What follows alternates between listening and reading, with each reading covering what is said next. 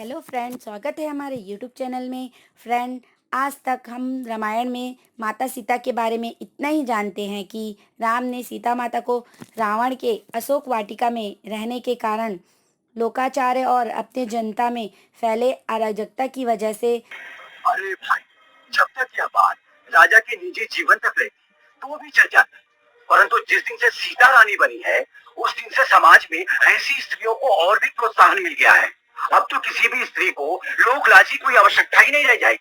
हाँ भैया, यथा राजा तथा प्रजा। राम ने सीता का परित्याग किया और सीता माता को गर्भकाल में भी, जब वो गर्भवती थी, तभी उनको राम जी से अलग रहकर समय बिताना पड़ा।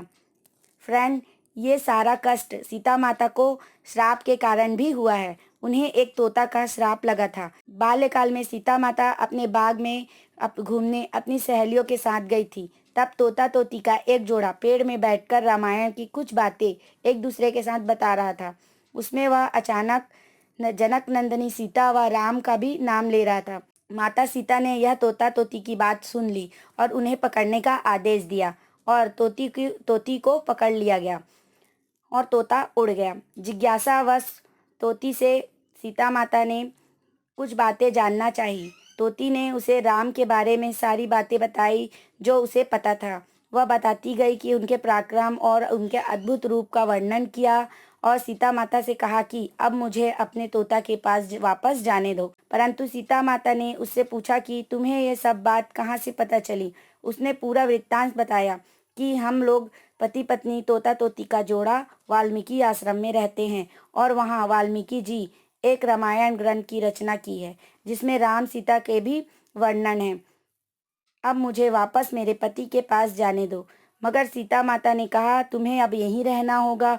तुम जो चाहो तुम्हें मिलेगा, बस अब तुम्हें आज़ाद नहीं कर सकती मैं।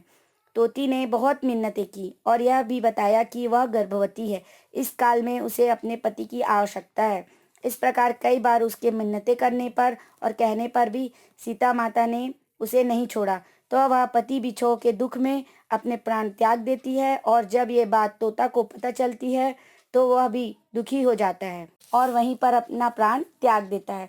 परंतु प्राण त्यागने से पहले सीता माता को वो श्राप दे देता है कि जिस तरह मेरी पत्नी ने गर्भवती काल में अपने पति के बिछोह को सहन किया, जिसके कारण उसे प्राण त्यागना पड़ा, उसी तरह एक दिन तुम्हें भी वैसे ही बिछोह सहना होगा और अंत में प्राण त्यागना पड़ेगा। यह कहकर तोता भी मर जाता है और यही श्राप जब माता सीता गर्भवती होती है तो फलित होता है और वही तोता अयोध्या में उसी धोबी के रूप में पुनः जन्म लेता है, जिसके कारण ये सब लोकाचार फैलता है। और उसी के कहने पर माता सीता को राम जी लोकाचार से मजबूर होकर गर्भकाल में सीता माता को त्यागते हैं। तो फ्रेंड, कैसा लगा ये सीता माता के विषय में अनसुनी कहानी? हमें कमेंट बॉक्स में ज़रूर बताएं। धन्यवाद।